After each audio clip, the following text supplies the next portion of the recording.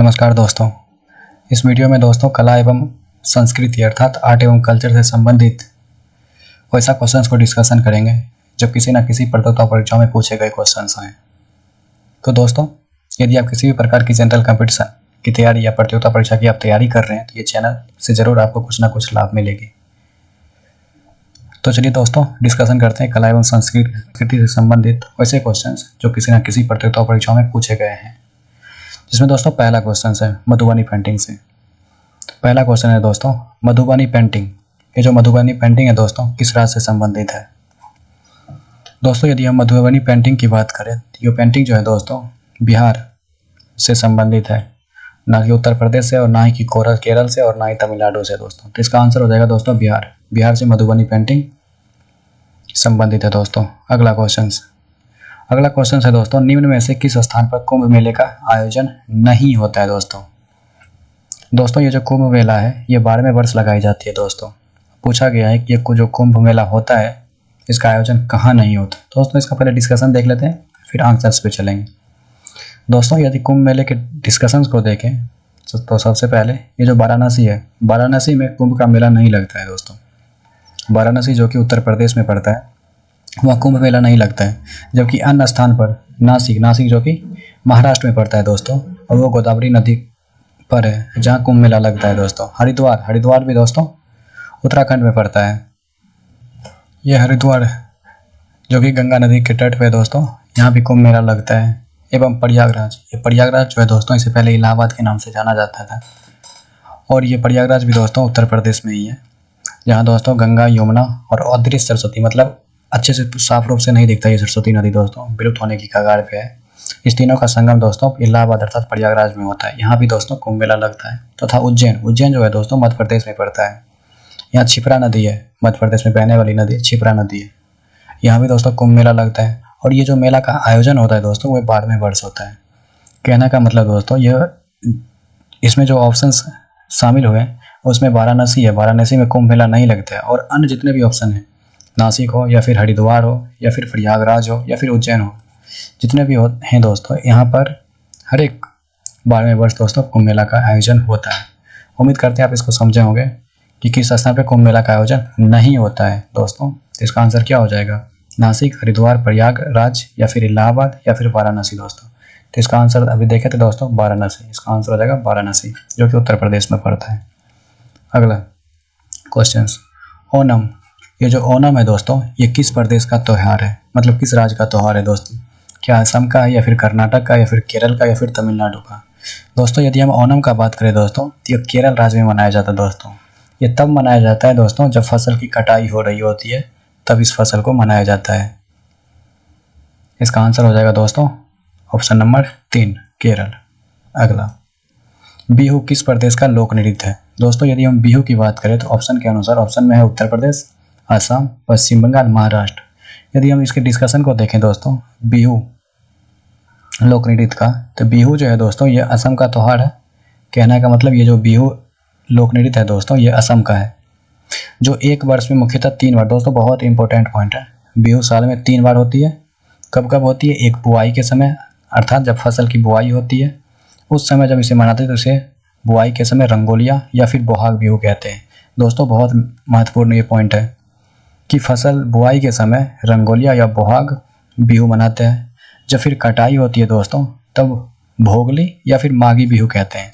और जब शरद ऋतु अर्थात ठंडा वाली मौसम आती है दोस्तों शरद ऋतु, तो उस टाइम इसे काती या फिर कोंगाली बिहू कह के मनाते हैं दोस्तों। कहने का मतलब ये जो बिहू लोक नृत्य है दोस्तों ये असम राज्य में मनाया जाता है जो कि नॉर्थ ईस्ट में पड़ता है दोस्तों।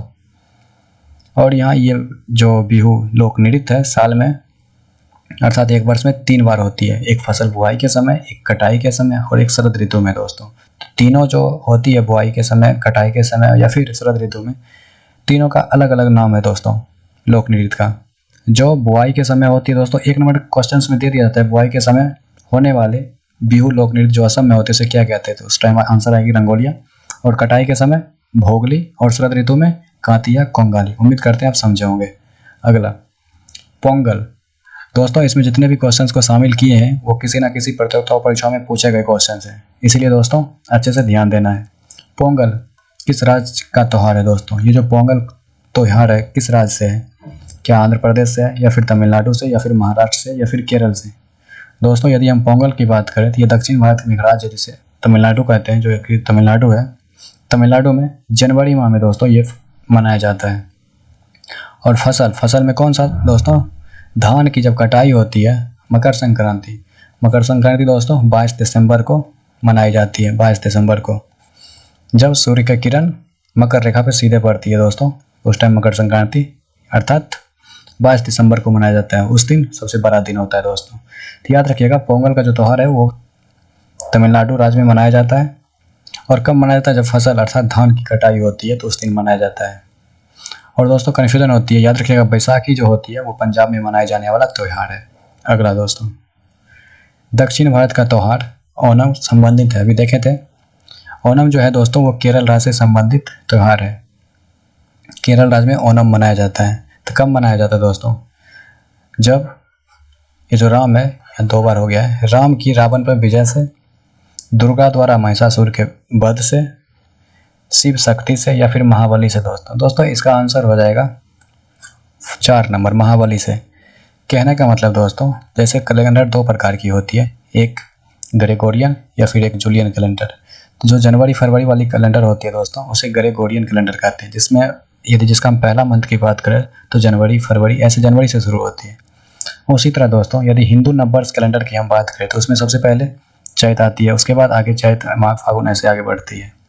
लेकिन दोस्तों यदि हम मलयालम कैलेंडर की बात करें, जो इधर केरल तमिलनाडु इधर बोला जाता है मलयालम, यदि हम मलयालम कैलेंडर की बात करें तो उसका जो पहला मंथ होता है दोस्तों उसे चिनगम कहते हैं। लेकिन जो चिनगम मंथ है, अगर ग्रेगोरियन कैलेंडर की बात करें तो अगस्त सितंबर में पड़ता है, लेकिन मलयालम कैलेंडर के अनुसार चिनगम पहला मंथ होता है दोस्तों। तो ये चिनगम में अर्थात मलयालम कैलेंडर के पहला मंथ जो चिनगम में होता है उसी में 10 दिनों के लिए दोस्तों ये मनाए जाने वाला त्यौहार ओणम होता है। उम्मीद करते हैं दोस्तों आप समझ रहे होंगे। ये जो प्रहलाद सुने होंगे, प्रहलाद सुने होंगे दोस्तों, वो प्रहलाद का जो पौत्र अर्थात पोता होता है दोस्तों वो महाबली होता है, और इसी की घर वापसी होती है दोस्तों।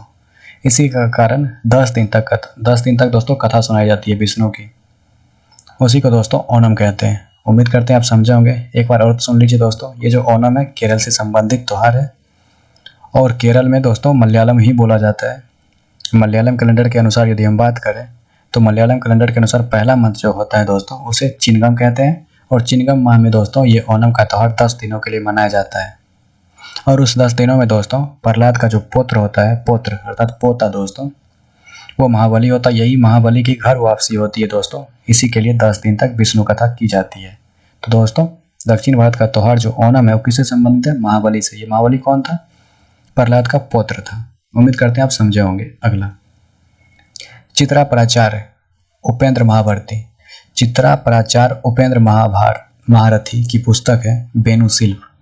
ये पूरा नाम एक ही है दोस्तों, कितना बड़ा नाम है। चित्रा प्राचार्य उपेंद्र महारथी की पुस्तक है वेणु शिल्प का संबंध निम्नलिखित में से किस कला से है दोस्तों? क्या आभूषण से है, या फिर चित्रकारी से है, बांस कला अर्थात बम्बू आर्ट, या फिर संगमरमर की नक्काशी। नक्काशी मतलब होता है दोस्तों काम किया हुआ है उस पर।